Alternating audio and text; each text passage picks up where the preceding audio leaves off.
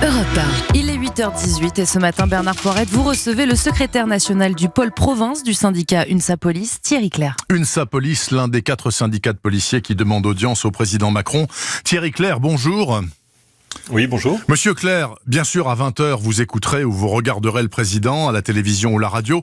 Qu'est-ce que vous aimeriez bien lui entendre dire en ce qui concerne les affaires de police, de présumé racisme et de violence policière ?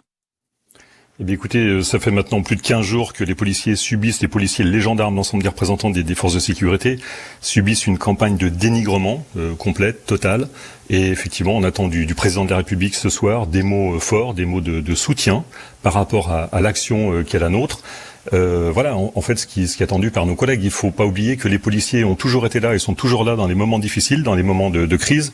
Encore hier, les quelques débordements qui ont eu lieu ont d'ailleurs montré quelques images violentes à l'encontre de nos collègues. Et nos collègues étaient là, malgré tout, pour assurer, en tout cas, pour assurer la sécurité, la tranquillité, en tout cas pour assurer le fait que la manifestation et le rassemblement puissent se tenir. Donc c'est vrai que ce que l'on attend, c'est véritablement un discours fort du président, de soutien à l'endroit des policiers, des gendarmes, de l'ensemble des représentants de la sécurité. Thierry Clerc, je me dois de vous dire que j'ai plusieurs messages d'auditeurs d'Europe 1 ce matin qui disent « Écoutez, puisque vous avez un policier comme invité, demandez-lui de s'exprimer sur le principe. Les policiers, normalement, ne manifestent pas. Ils n'ont pas le droit de manifester. C'est comme ça. Or, hier soir, ils étaient à l'Étoile en train de manifester, quelques jours avant sur les Champs-Élysées. Ça vous perturbe pas, cette antinomie ? Les policiers n'ont pas le droit de grève, les policiers ont le droit de manifester, dans des conditions quand même qui sont prévues dans les règlements. Cela étant, il en est de même sur le droit de manifester. On avait une interdiction jusqu'à hier, jusqu'à ce que le Conseil d'État en tout cas se prononce hier après-midi. Cela étant, les manifestations étaient quand même tolérées. Donc les policiers ne sont pas des sous-citoyens. Ils ont le droit également à exprimer leurs droits, à manifester, certes dans des règles. C'est dans ces règles-là en tout cas que l'UNSA Police et les organisations avec lesquelles nous sommes exprimés en tout cas l'ont fait. C'est dans ce cadre-là aussi que nos collègues doivent le faire. Voilà. On ne peut pas dire les policiers doivent être muselés, les policiers ne peuvent pas s'exprimer. C'est vrai qu'il y a eu une telle campagne de dénigrement depuis plus de 15 jours maintenant, sur les réseaux sociaux, dans les médias, que véritablement c'était la goutte d'eau qui fait déborder le vase. Il ne faut pas oublier que nos collègues sont soumis à mobilisation depuis 2015, le terrorisme, la loi travail, les gilets jaunes, des périodes vraiment très difficiles, très compliquées. Voilà, il faut se mettre le confinement également, faire respecter les règles de confinement. Souvenons-nous quand même au mois de mars, avec une absence totale de matériel de protection, ou en tout cas largement insuffisante. Donc c'est dans ces conditions que l'on travaille, et il ne faut pas l'oublier, en tout cas parce qu'on nous demande toujours de monter en première ligne. Thierry Clerc, parlons du principal grief qui vous est fait. Donc la police française serait raciste, paraît-il. Or moi, je sais lire.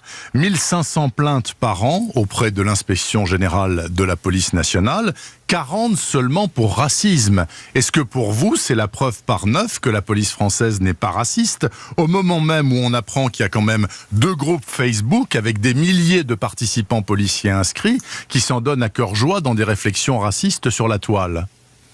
Alors nous, on ne nie pas qu'il y a des problèmes, mais les problèmes sont marginaux. Et on ne peut pas faire de la marginalité une généralité. On ne peut pas faire des amalgames avec les policiers et avec d'autres personnes d'ailleurs dans notre société.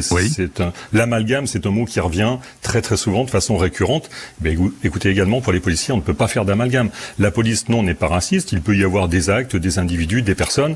Le groupe Facebook dont vous parlez, dont vous faites état, les 8000 personnes en tout cas qui étaient présentes ne sont pas tous des policiers. Et en tout cas, il y a une enquête qui est ouverte et on verra bien effectivement à l'issue de cette enquête. D'accord. Et quand vous entendez le défenseur des droits, Monsieur Toubon, dire que quand on est noir ou arabe, on a 80% de chances de plus de se faire contrôler par les policiers, vous tombez de votre chaise ou vous dites il ment ou il a mal lu quelque chose ?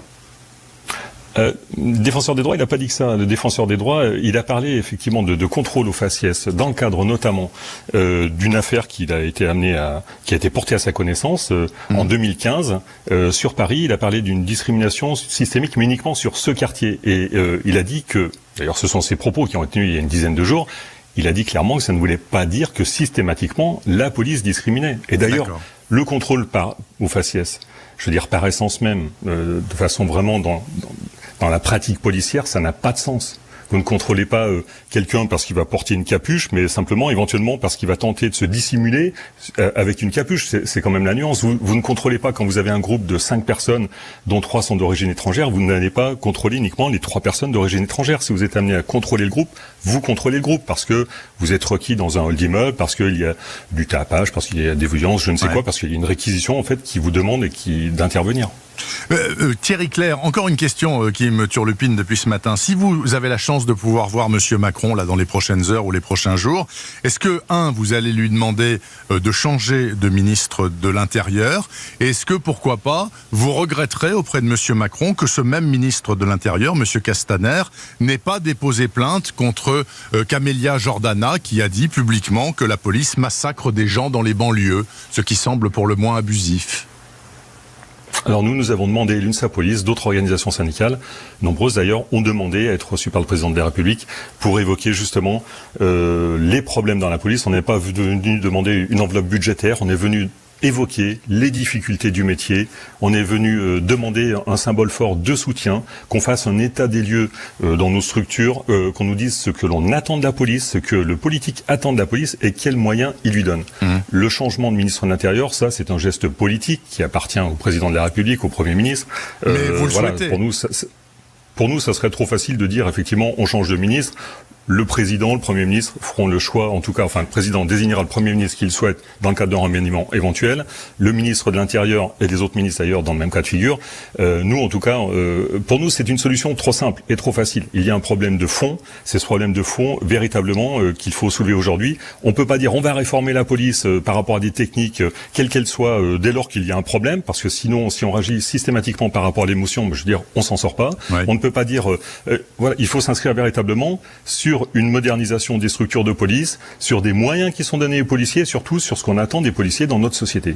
Dernière question, quand vous entendez la garde des Sceaux, Madame Belloubet, dire sur une autre antenne « Bon, écoutez, les policiers, c'est un mouvement d'humeur qui s'apaisera », vous dites « Bon, elle a raison ou elle a tort ?» Écoutez, je pense que c'est une déclaration qui est plutôt de nature à mettre de l'huile sur le feu. C'est, je pense, vraiment très maladroit de sa part, qu'elle s'occupe effectivement de son ministère, Madame Belloubet, que l'on respecte tout à fait, mais franchement, qu'elle s'occupe du ministère de la Justice.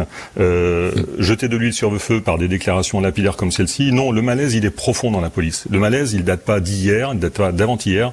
Ça fait des années qu'on le dénonce, qu'on le déplore, et que les policiers réclament simplement du respect, de la considération par rapport à ce qu'on leur demande. Les missions sont compliquées, sont difficiles.